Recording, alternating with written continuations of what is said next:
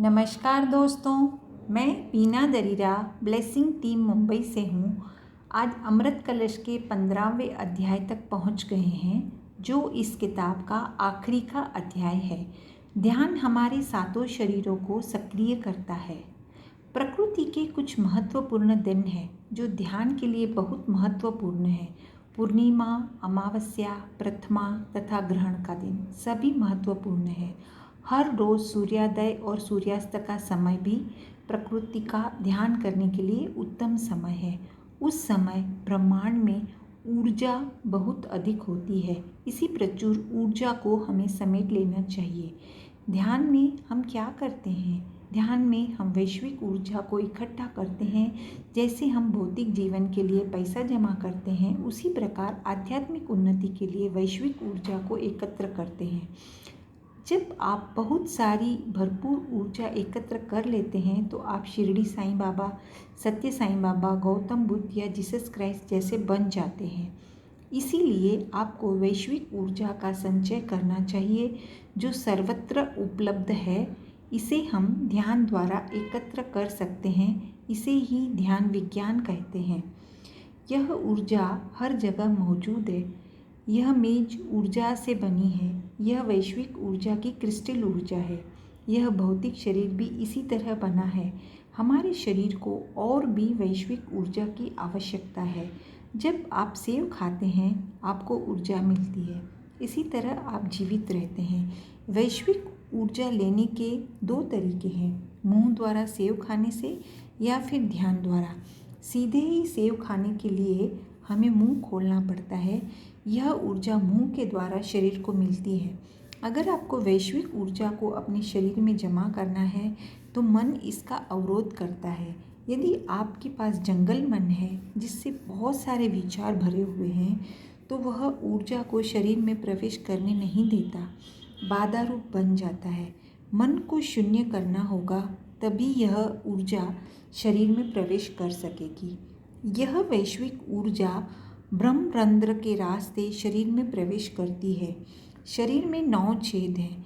ब्रह्मरंध्र हमारे सिर के ऊपरी भाग में शिखर पर होता है। यहीं से चेतना प्रवेश करती है। इसे ही दशम द्वार कहा जाता है। अन्य 9 द्वार में 2 आँखें, 2 कान, 2 नासिकाएं, मुख, मलद्वार, योनि द्वार, जो सब बाहरी दुनिया में खुलते हैं। इस देह के 9 छिद्र या द्वार हैं और जीवात्मा वैश्विक ऊर्जा दशम द्वार यानी ब्रह्मरंध्र से शरीर में प्रवेश करती है। यह ब्रह्मरंध्र बंद रहता है क्योंकि यह मन से घिरा हुआ है। जब आप इस मन और उसके विचारों को हटा देते हैं तो ब्रह्मरंध्र से वैश्विक ऊर्जा प्रवाहित होने लगती है। हम ये जानते हैं सेव खाने के लिए मुंह को कैसे खोलना है, परंतु हम ये नहीं जानते कि वैश्विक ऊर्जा को ब्रह्मरंध्र द्वारा अंदर कैसे लेना है। यही तो विज्ञान है। हम सिर्फ हमारे भौतिक शरीर को जानते हैं। हमारे पास 7 शरीर हैं, भौतिक शरीर, वायवी शरीर, सूक्ष्म शरीर, कारण शरीर, आध्यात्मिक शरीर, वैश्विक शरीर, निर्वाणिक शरीर। इसी प्रकार अन्नमय कोश, प्राणमय कोश, मनोमय कोश, विज्ञानमय कोश, आनंदमय कोश, विश्वमय कोश और निर्वाणमय कोश भी है। इसी प्रकार 7 रंग भी हैं और संगीत के 7 स्वर भी हैं। ये सातों शरीर निर्वाणिक शरीर सहित गौतम बुद्ध ने प्राप्त किए थे। तभी तो वे कहते थे कि मैंने निर्वाण पा लिया है। हम भी निर्वाण में प्रवेश करेंगे, 7 शरीरों को महसूस करेंगे। ये सातों शरीर और सातों रंग मिलकर सफ़ेद रंग बनता है। जब आप इन सातों शरीर को सक्रिय कर लेते हैं तो कहलाएंगे एडकोंडलावाडू। तिरुपति के 7 पर्वतों में से प्रत्येक पर्वत भगवान वेंकटेश्वर के प्रत्येक शरीर का प्रतिनिधित्व करता है। सभी को एडकोंडलावाडू बनना चाहिए और सभी को हमेशा ध्यान करना चाहिए। आप भी अपने ब्रह्मरंध्र को खोलें और वैश्विक ऊर्जा के अविरत प्रवाह को भीतर आने दें। ऐसा होने पर आपको कुछ खाने की ज़रूरत नहीं पड़ेगी। बहुत से योगी कुछ भी नहीं खाते, उन्हें कुछ भी होता नहीं है। यह व्यक्ति जो मन को वश में रखता है वह योगी है। योगी बनने के लिए पहले ध्यानी बनना होगा। ध्यानी योगी बनता है, योगी ऋषि बनता है, ऋषि राजर्षि बनता है और राजर्षि ब्रह्मर्षि बनता है। आप भी ब्रह्मर्षि बनिए। भौतिक चेतना से यूनिवर्सल कॉन्शियसनेस तक जाना है, तभी ब्रह्मर्षि बन सकते हैं। इसी के लिए आपका जन्म हुआ है। आपका उद्देश्य इसी को प्राप्त करना है। यही आपने जन्म लेने से पहले अपना लक्ष्य बनाया था। सबसे पहले नियम पूर्वक ध्यान करना होगा। जब ध्यान के शिखर पर पहुंच जाएंगे तो योगी कहलाएंगे और इसी तरह आगे बढ़ते हुए आप अपनी मंजिल तक पहुंच जाएंगे। सबसे पहले ध्यानी बनना होगा। सभी को सातों शरीरों का भी अनुभव होना चाहिए और सातों चेतनाओं का भी अनुभव अनिवार्य है। फिर सबको एकत्र करके एक बनना है, जोड़ना है। जोड़ने के बाद हम उस एकीकरण को अपने रोज के जीवन में जिएंगे। यह आध्यात्म शास्त्र का उद्देश्य है। हम सातों शरीरों और सातों रंगों को एक करना है, तभी हम एक रंग बना पाएंगे। यही है जागृति। सब रंग मिलकर सफ़ेद का निर्माण करते हैं, तभी हम जागृति को प्रकाश कहते हैं। प्रकाश का विलोम है अंधकार। अगर आप सातों को प्राप्त नहीं करते तो अंधकार में ही रहेंगे। अंधेरे में रहना नरक है और प्रकाश में रहना स्वर्ग है। यदि आप सोचते हैं कि आप भौतिक शरीर हैं, 2 हाथ, 2 आँखें, 2 टांगे, 1 मुख, तो फिर बस आप फिर अन्नमय कोश ही हैं। खाना ही खाते रहना, तो क्या यही जीवन का ध्येय है? अगर आप ऐसा सोचते हैं तो आप अंधकार में ही जी रहे हैं। आप केवल 7 में से 1 जीवन ही जी रहे हैं। 1 से लेकर 4 तक का शरीर और जीवन अंधकारमयी है। 5वां, 6ठा और 7वें शरीर तक अगर आप पहुँचोगे तो तभी आपकी जागृति होगी। सातों शरीर को जानना पूर्ण प्रकाश है, बुद्ध की स्थिति है। यही स्थिति शिरडी साईं बाबा और सत्य साईं बाबा की है और इसी तरह बहुत सारे लोग जागृति पा चुके हैं। कोई व्यक्ति जो बुद्ध के साथ 6 महीने तक रहा, उसने बुद्ध से पूछा, मैं पिछले 6 महीनों से यहाँ रहकर आपको देख रहा हूँ। मुझे नहीं लगता कि सृष्टि में आपसे पहले कोई जागृति पा सका है या आगे भी आप जैसा कोई बन पाएगा। बुद्ध ने उसे समीप बुलाया और समझाया कि इस तरह की कोई सामान्य बात मत कहो। क्या तुमने मुझसे पहले पैदा होने वाले सब लोगों को देखा है या उन्हें देख सकोगे जो मेरे बाद पैदा होंगे? उसने कहा नहीं। बुद्ध बोले, तो फिर कैसे कह सकते हो यह?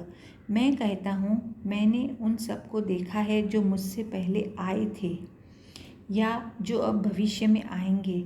हजारों बुद्ध मुझसे पहले हो चुके हैं और हजारों मेरे बाद भी बनेंगे। मैं अकेला नहीं हूँ, सभी को बुद्ध बनना है, सातों शरीर का अनुभव करना है। ऐसा बनने के लिए पहला कदम है ध्यानी बनना। आप एक चोटी चढ़ जाओगे, योगी कहलाओगे। मन नियंत्रण में रहेगा, सुख दुख भाव अभाव में आप विचलित नहीं होंगे। तब आपकी तीसरी आँख खुलेगी। तीसरी आँख खुलने पर आप ऋषि बनोगे। तब आप अपने पिछले जन्मों को देख पाओगे। तब राजर्षि कहलाओगे। उसके बाद यूनिवर्सल कॉन्शियसनेस मिलेगी। मैं तुम्हारे अंदर हूँ और तुम मेरे अंदर। मैं और तुम एक ही हैं। ऐसा होने पर आप ब्रह्मर्षि हो जाओगे। क्या आज यह चेतना आपके पास है? क्या उसे इसी जीवन में पाना है या अगले जन्म में? फिर कुछ तो करना होगा, ध्यान करना होगा। ध्यान के 3 नियम हैं। पहला नियम कहता है, जब आप सांस के साथ होते हो तो मन विचार शून्य हो जाता है। सांस तो नाक के ऊपर से ली जाती है। नासिका का अग्रभाग पर तीसरी आँख है। जब वह सक्रिय होती है तो सांस ऊपर को जाती है। तीसरी आँख का स्पर्श करती है। मुंह है अधोमुख, नाक है ऊर्ध्वमुख, मुख प्रपंचिका कहलाता है और नाक आध्यात्मिक। मानव शरीर में एक पिरामिड है, वह है नाक, और पिरामिड में बैठा है ध्यान गुरु, जो है हमारा श्वास। आपको सांस के साथ मिलकर एक हो जाना है। न्यूटन के 3 नियमों की तरह ध्यान के भी 3 नियम हैं। प्रथम नियम कहता है, जब आप अपने प्राकृतिक स्वाभाविक हल्के सरल कोमल सांस के साथ होते हैं तो मन खाली हो जाता है। यह गौतम बुद्ध की खोज है। दूसरा नियम कहता है, जब मन खाली हो जाता है तब प्रचुर मात्रा में वैश्विक ऊर्जा हमारे शरीर में प्रवेश करती है। तीसरा नियम कहता है, जब पर्याप्त मात्रा में वैश्विक ऊर्जा शरीर में प्रवेश कर जाती है तो शरीर ऊर्जा से भर जाता है। परिणाम है तीसरी आँख का सक्रिय होना। ये 3 नियम हैं। यदि आप इनका अभ्यास करें तो ध्यानी बन जाएंगे, योगी बन जाएंगे। यदि आप अभ्यास नहीं करते तो अगले जन्म में फिर से आपको यहीं आकर तब अभ्यास करना होगा। यदि आप संगीत का अभ्यास करते हो तो संगीतज्ञ बनोगे।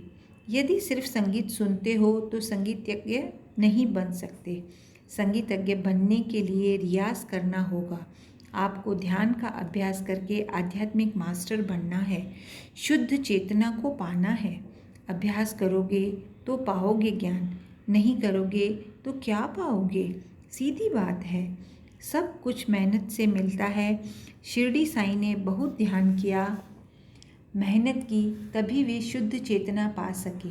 गौतम बुद्ध ने साधना की, भगवान शिव निरंतर तपस्या करते रहे। जो साधना करता है उसे ही सिद्धि प्राप्त होती है। आप धन अर्जित करते हैं, धनी बन जाते हैं। आप रोज़ धन कमाने का अभ्यास करते हैं, व्यापार करते हैं। इसी तरह रोज़ वैश्विक ऊर्जा अर्जित किया करो, उसे संचित किया करो। हर रोज़ अगर एक बूंद भी इकट्ठा की जाए तो समुद्र बन सकता है। सभी को ध्यान करना चाहिए, यह अनिवार्य है। मंदिरों का काम है सबको ध्यान करना सिखाना, सबको ब्रह्मर्षि बनाना, शिरडी साईं बाबा बनाना, यही हमारा लक्ष्य है। भविष्य में अध्यात्म शास्त्र की शिक्षा देना हर चर्च, हर मस्जिद और हर मंदिर का काम होगा। अभी तो शुरुआत है। हर जगह ही यह आध्यात्म शास्त्र की शिक्षा दी जाएगी और ध्यान कराया जाएगा। आंध्र प्रदेश में लगभग 80% गाँवों में लोग 2 घंटे, 3 घंटे, 4 घंटे तक ध्यान में बैठते हैं। मैंने सबको ध्यान सिखाया। पिरामिड मास्टर्स गाँवों में जाते हैं और विद्यार्थियों, बच्चों, गृहिणियों को ध्यान सिखाते हैं। वे मंदिरों, चर्चों तथा मस्जिदों में जाकर ध्यान सिखा चुके हैं। तो दोस्तों, आज यहाँ पर अमृत कलश का लास्ट चैप्टर ख़त्म हो रहा है। धन्यवाद। Thank you so much.